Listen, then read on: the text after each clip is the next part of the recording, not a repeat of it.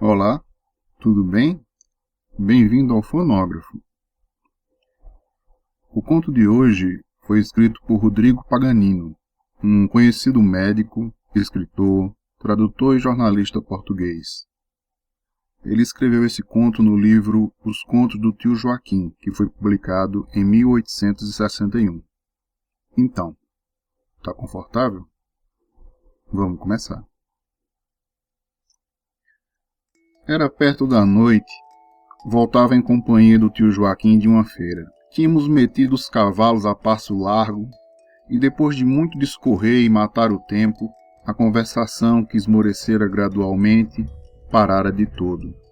Não sei ao certo, mas quero crer a tristeza que tanto se sente no campo, na hora em que o dia desaparece pouco a pouco, influíra para nos calar. Só quem tem vivido fora das cidades é que pode dar conta daquele tempo do sossego e da mudez que determina a passagem do dia para a noite. São essas as horas mais talhadas para a meditação e para a saudade. De repente, na volta que fazia a estrada, os cavalos filaram as orelhas e pararam, sobressaltados. Íamos passar pelo cemitério. Ele era separado da estrada por um parapeito de pouca altura, limitado da banda de onde a gente vinha, pela casa do guarda, e do outro lado, pela igreja antiga e em ruínas. Nenhum lugar mais adequado podia a morte escolher para fazer um posto. Tudo ali falava do seu poder. Tudo concorria para a sua majestosa severidade. Ruínas, desamparo e tristeza. A casa do guarda, que primeiro se oferecia à vista, era enegrecida pelo tempo com as portas e janelas escavacadas.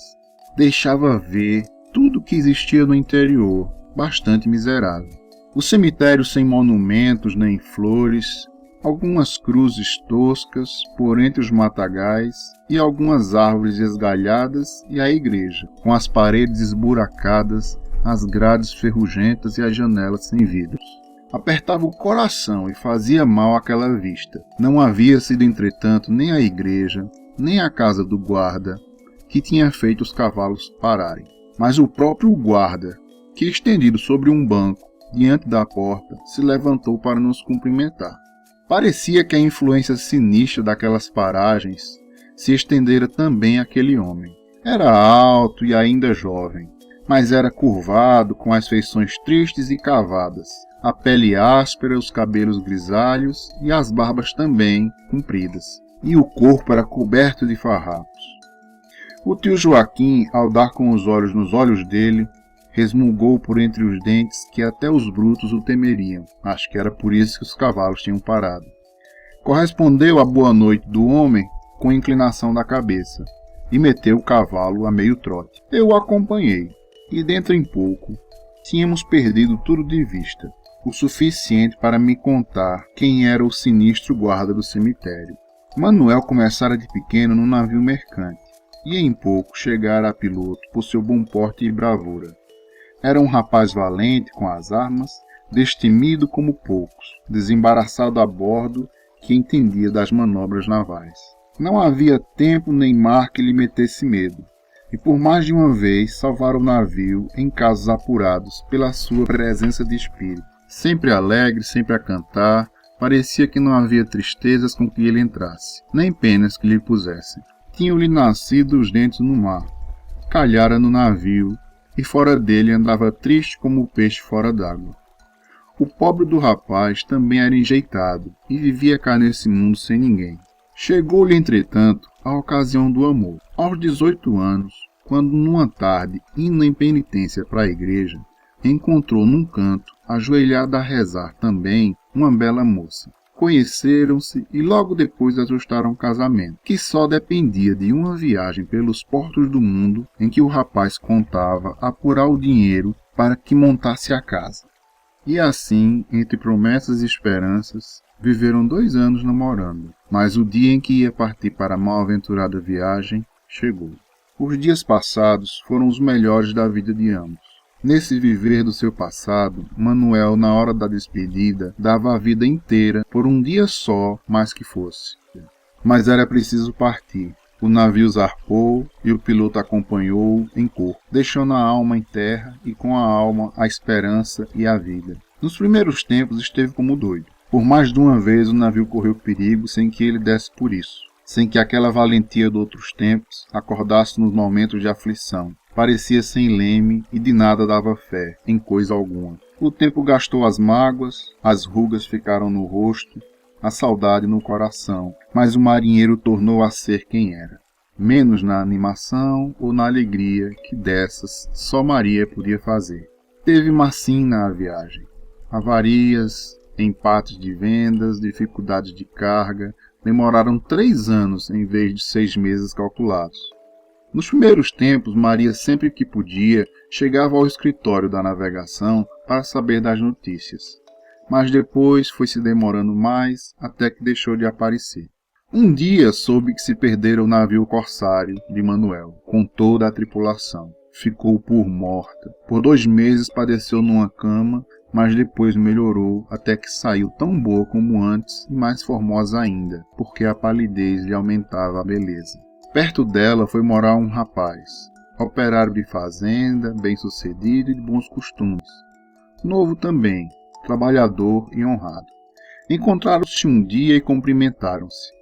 Ela percebeu no moço semelhanças com o Manuel. Chorou muito, mas pensou no operário toda a noite.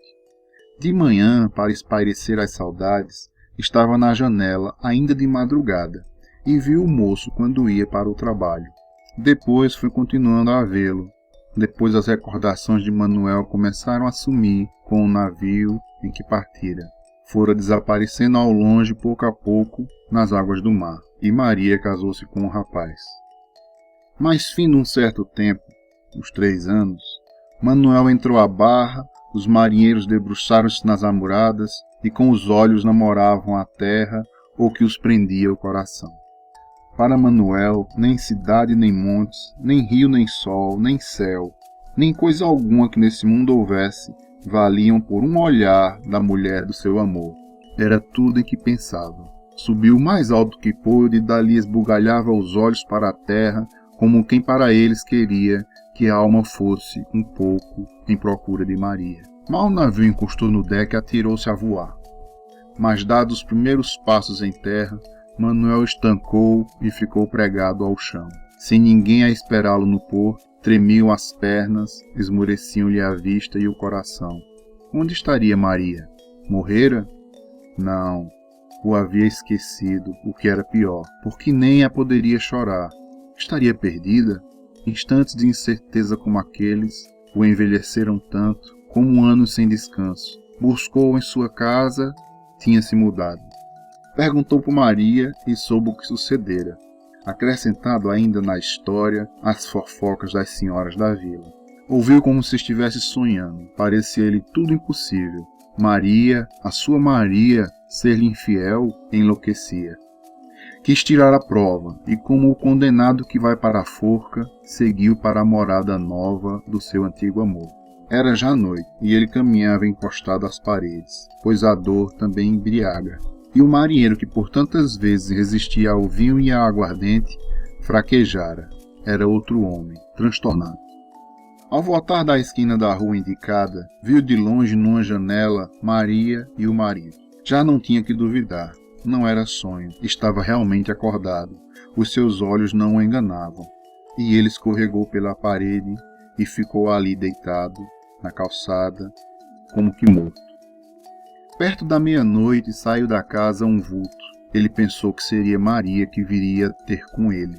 O vulto encaminhou-se para onde ele estava, mas no caminho ele enfureceu-se. Como podia ter traído meu amor? E fora de si partiu para ela, com a faca de marinheiro em riste, 2 estocadas, e ouviram-se 2 gritos, um corpo caído no chão e uma voz de mulher que pedia socorro. Momentos depois já estava preso. Acudiram os gritos de Maria. Os vizinhos, os homens tinham encontrado com a faca ainda defronte do corpo caído, a golfar sangue por suas feridas profundas.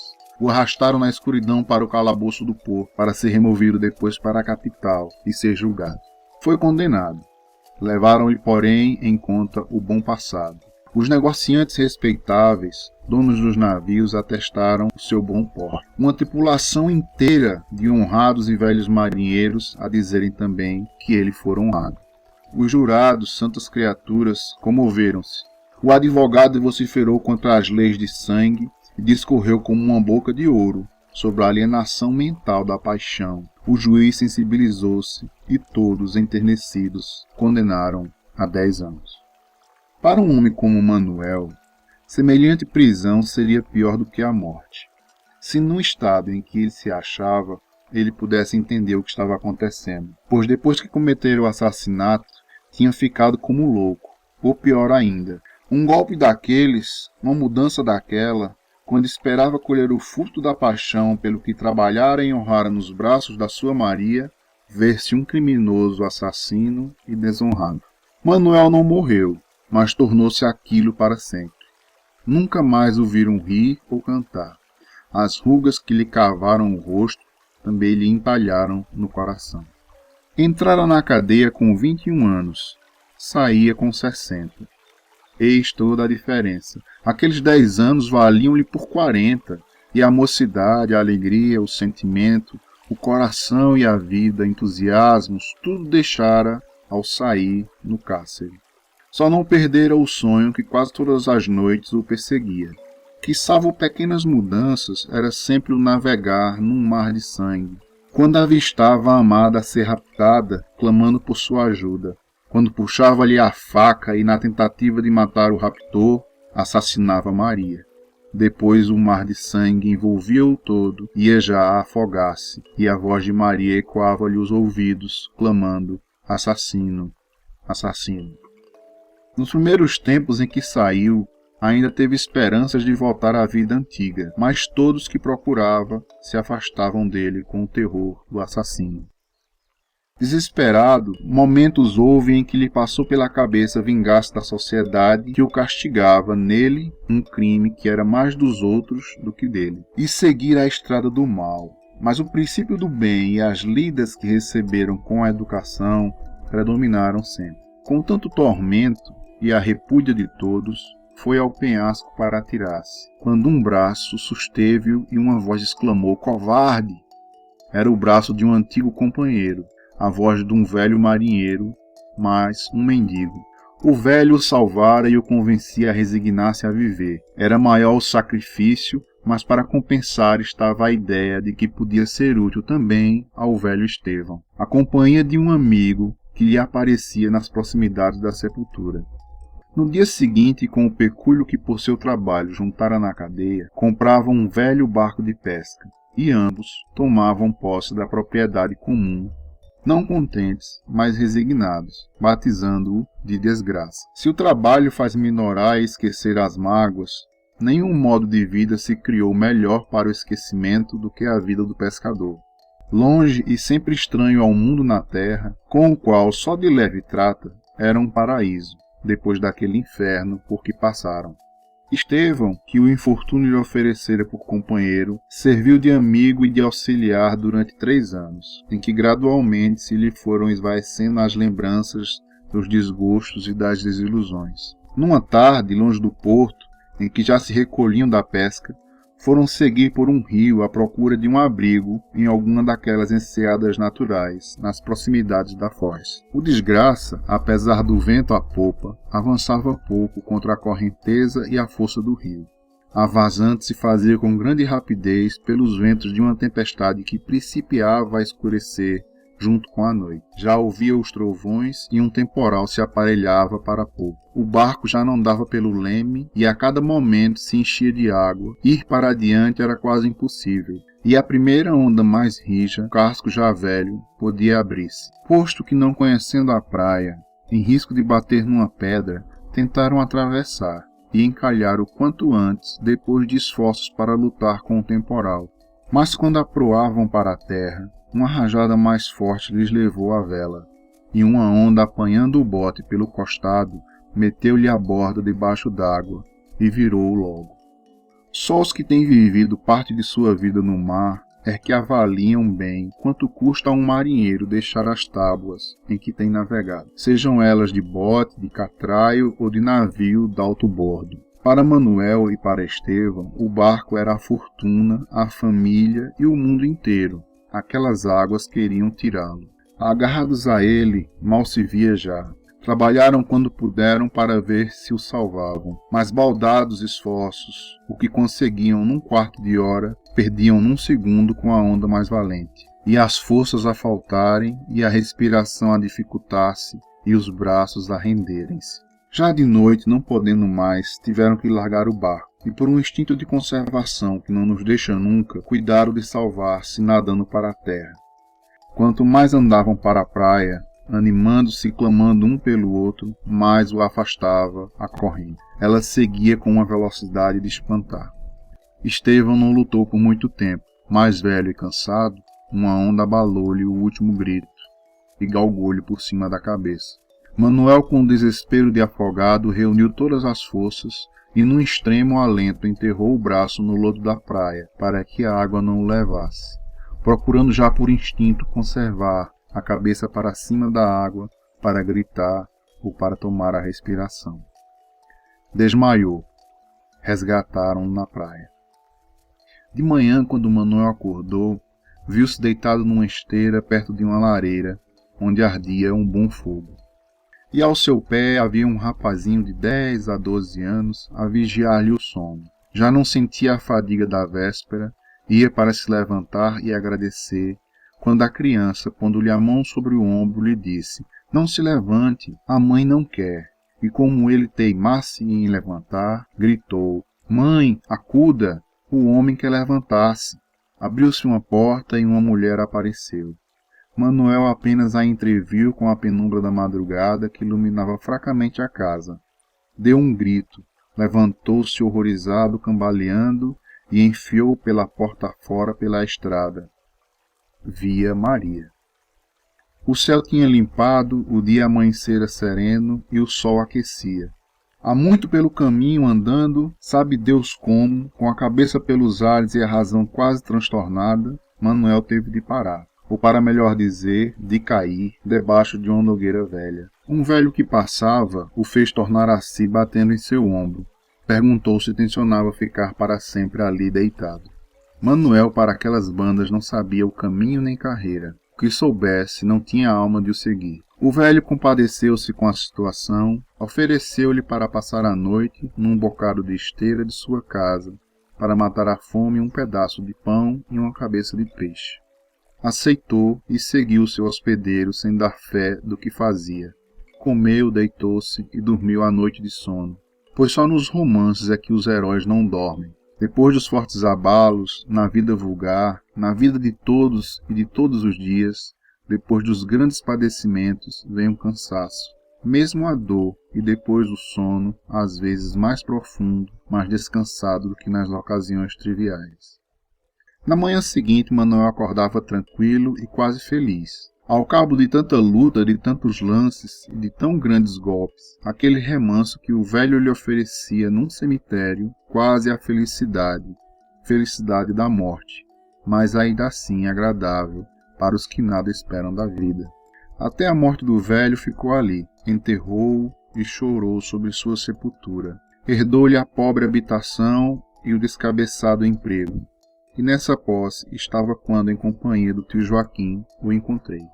Já fazia 2 anos que voltava do passeio no campo, e de me ter contado essa história o tio Joaquim, mas tive que voltar ao sítio. E seguindo pelo mesmo caminho por onde se vem da feira, comecei a avivar as recordações, a recontar para mim aquela história. E no lugar onde os cavalos haviam parado há 2 anos atrás, deteve-se também o que eu montava. A igreja, a casa do guarda, o próprio cemitério pareciam remoçados por milagre, mas inspiravam ainda tristeza. Perto da casa, o velho banco limpo e rebocado, o cemitério que da pequena elevação onde eu parara se avistava todo. Tinha as ruas limpas e orladas de alecrim e alfazema, as lápides mais desafogadas de mato, as cruzinhas mais negras, as árvores mais caídas, o chão reclamado de flores. E despidas as rugas de uma velhice precoce, agora a aparência de uma existência descansada, serena, quase festiva, era o que aparentava o cemitério.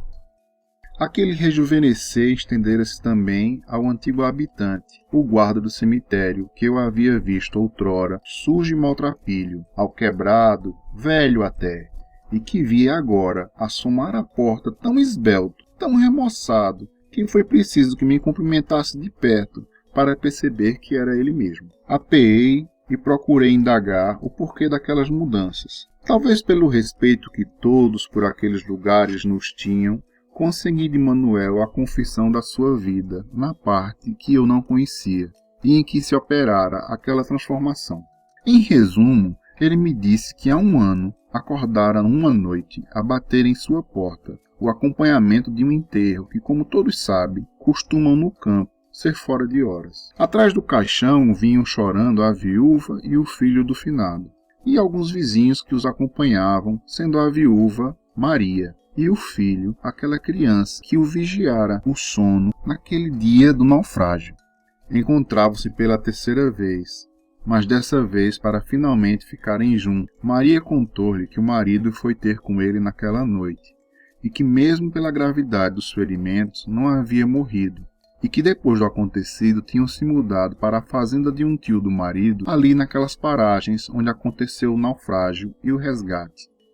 Viram ambos naquele inesperado encontro, ao pé de um cadáver, a vontade da providência que os reunia sem fim depois de tantos azares, mas recebeu apoio na mútua afeição, que nunca se sumira de todo e que renascia agora mais valente e duradoura.